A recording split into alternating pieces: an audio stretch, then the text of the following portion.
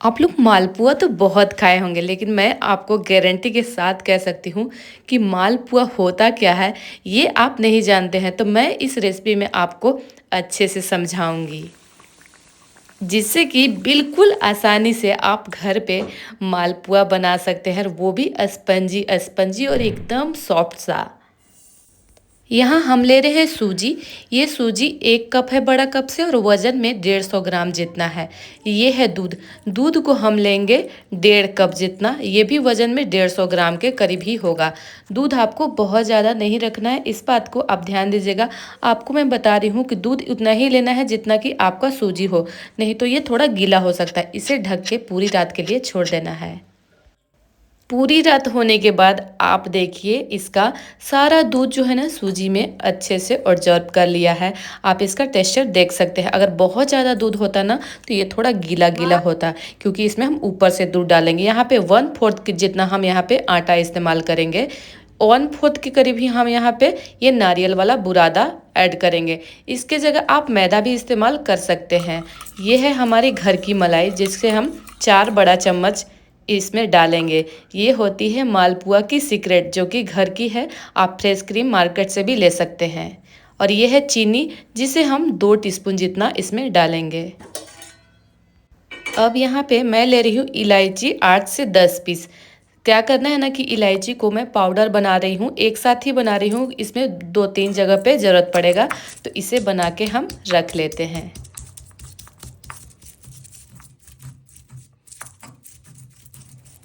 इससे फ्लेवर बहुत ही बढ़िया आता है, ज़रूर से डालिएगा। तो यहाँ पे इलायची भी हम डाल देते हैं। यहाँ पे इलायची का क्वांटिटी 1/4 टीस्पून जितना हम इसमें ऐड कर रहे हैं। अब हम यहाँ पे दूध डालेंगे। दूध यहाँ पे 1 कप और हम टोटल इस्तेमाल करेंगे, लेकिन एक बार में नहीं डालना है। बेटर को अच्छा से चिकना कर लेना है, स्मूथ कर लेना है। बहुत पतला नहीं करना है, नहीं तो आपका पुआ जो है ना बिल्कुल फटने लगता है। मतलब कि टोटल जो हमारा दूध है ना, इसमें 2.5 कप जितना दूध में इस्तेमाल की हूँ। आप चाहे तो इसके जगह पानी भी कर सकते हैं, लेकिन मालपुआ दूध से ही बनता है। आप इसमें केला का भी इस्तेमाल कर सकते हैं। अब इसे अच्छे से मिक्स कर देना है, ताकि हमारा जो पुआ बन रहा है ना मालपुआ वाला, ये खिला खिला एकदम स्पंजी सा बने। इसका बेटर देखिए, बेटर इस तरह का होना चाहिए कि जब आप गिराए ना तो हल्का हल्का जमने जैसा लगे, और बिल्कुल भी पतला ना रहे। तो यहाँ पे लेते हैं हम एक कढ़ाई। कढ़ाई को बैठा देते हैं। सबसे पहले हम क्या करेंगे, यहाँ पे सीरा तैयार करेंगे। तो सीरा तैयार करने के लिए यहाँ पे पानी ले रहे हैं। पानी जो सीरा होता है ना, आपको पतला ही तैयार करना है। हम यहाँ लेंगे बड़ा कप से 1 कप चीनी, और उसके बाद हम क्या करेंगे, धीमी धीमी आंच पे इसे हम पकाएंगे 5 से 6 मिनट तक। 6 मिनट अगर हम पकाते पकाते हमारे ये जो सीरा है ना बन के तैयार हो जाता है मालपुआ के लिए। तो इसे आपको सबसे पहले बना के रख लीजिए। अब हम इसमें भी इलायची डाल देंगे 1/4 टीस्पून जितना, और इससे फ्लेवर बहुत बढ़िया आता है, ज़रूर से डालिएगा। इसीलिए मैं इलायची का पाउडर एक साथ ही बना के रख ली थी। तो इसे रखते हैं साइड में। अब कुछ और भी तैयारी करते हैं। तो मालपुआ हम इसे क्यों कहते हैं कि पुआ तो सिंपल सा होता है, लेकिन ये जो बन रहा है ये है माल, मतलब कि इसका मलाई हम तैयार करेंगे। तो यहाँ पे हम 1.5 लीटर दूध ले रहे हैं। दूध का आप क्वांटिटी देखिएगा कि कितना है, इतना है, और आप देख लीजिएगा कि इसका क्वांटिटी कितना हो जाएगा। अब हम लेंगे यहाँ पे ड्राई फ्रूट। यहाँ पे हमारा तल मखाना है, पिस्ता है, ग्रीन पिस्ता और काजू है। इसका क्वांटिटी बहुत थोड़ा थोड़ा है, आप चाहे तो इसे बढ़ा भी सकते हैं या कम भी कर सकते हैं। तो इसे हम ग्राइंडर में ग्राइंड करने के लिए ले लेते हैं।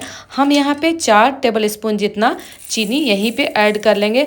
आप चीनी का क्वांटिटी कम या ज़्यादा भी कर सकते हैं, मतलब कि 2 टीस्पून बहुत से बहुत ज़्यादा बढ़ा सकते हैं।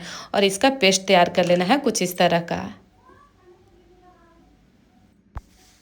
तब तक हमारा ये जो दूध है ना खौल रहा है, आप देख रहे हैं। अब हम क्या करेंगे, दूध में इसे डाल देना है।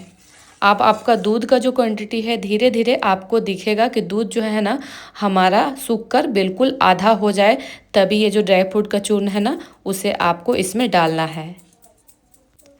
जैसे ही हम ये ड्राई फ्रूट का चूर्ण इसमें डालेंगे, हमारा जो दूध है ना थोड़ा और गाढ़ा हो जाता है।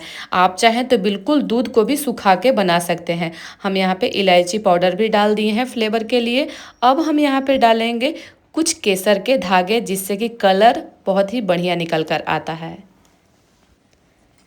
ये जो हमारी मलाई बन रही है ना, इसे आप किसी भी डिश के साथ खा सकते हैं, या आप सिंपल ऐसे भी इसे आप खाइएगा ना तो बहुत ही बढ़िया लगता है।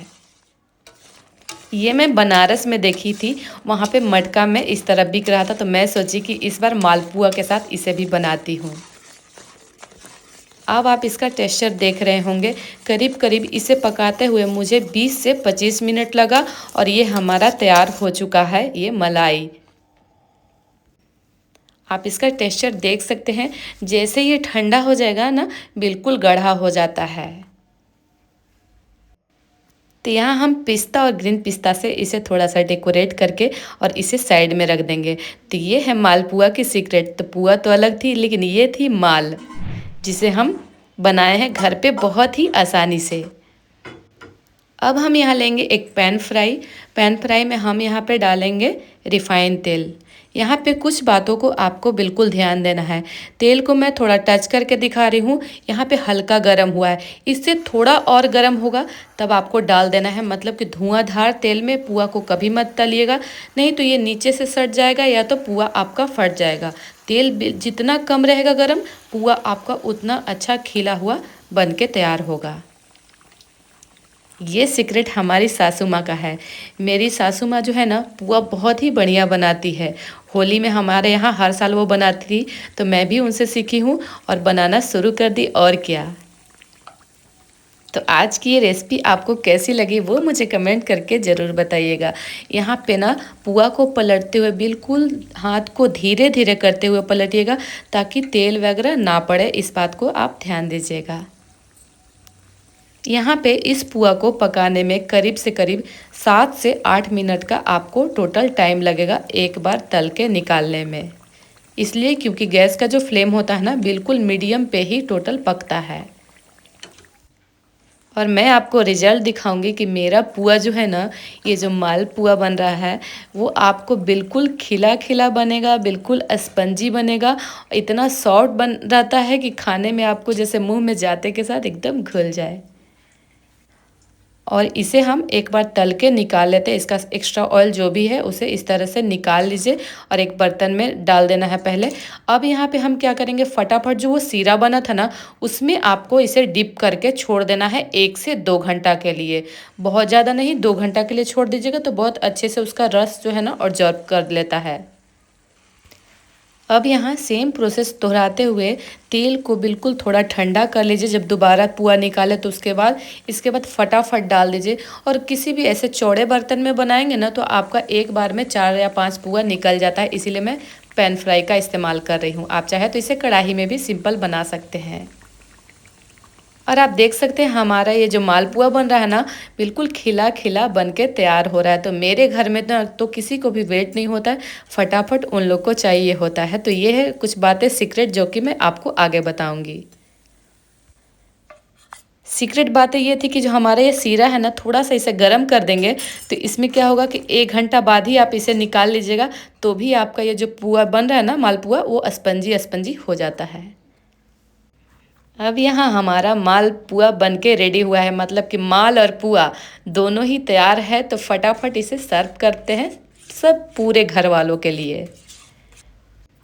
तो यहाँ पे जो पुआ है उसे निकाल दी हूँ और ये जो माल है उसके ऊपर से हम चढ़ा देते हैं। आप चाहें तो सिंपली इसे जो हमारा सीरा बनता है ना उससे उसके साथ भी खा सकते हैं। ये जो माल बन रहा है, ये जो मलाई बोल सकते हैं, उसके साथ भी खा सकते हैं। पिछले वीडियो में मैं बनाई थी दूध और गुड़ वाला रस्सा, उसके साथ भी आप सिंपल खा सकते हैं। अगर आप चीनी और गुड़ का क्वांटिटी मतलब मीठा कम खाते हैं तो आप पिछले वाला वीडियो मेरा जाके देख सकते हैं, मैं लिंक ऐड कर दूँगी। तो ये हमारी रेडी हो चुकी है ढेर सारी मालपुआ बनके। इस होली आप किस तरह से बना रहे हैं अपने घर में मालपुआ, ये मुझे कमेंट करके ज़रूर बताइएगा। और नेक्स्ट आपको किस तरह के रेसिपी चाहिए वो भी मुझे कमेंट करके ज़रूर बताइएगा। तो मैं आपको इसका रस दिखा रही हूँ कि कितना जूसी जूसी बना है। और अगर इसे आप तोड़ते हैं तो बिल्कुल आसानी से एकदम टूट जा रहा है, बहुत ही सॉफ्ट बन के तैयार हुआ है। तो मेरा बेटा आ गया है मेरा साथ देने के लिए, मैं उसे खिला रही हूँ और वो खा के बहुत तारीफ़ किया कि मम्मी बहुत अच्छा बना है। तो इसी तरह से आप भी अपने बच्चों, अपने फैमिली के साथ एंजॉय कीजिए। होली की ढेर सारी आप सभी को शुभकामनाएँ। जो लोग पेज से देख रहे होंगे, पेज को फॉलो कीजिएगा, वो भी मुझे बताइएगा कि आपको हमारी ये वीडियो कैसी लगी। तो मिलते हैं किसी नेक्स्ट वीडियो के साथ, तब तक के लिए बाय बाय, धन्यवाद, टेक केयर, हैप्पी होली।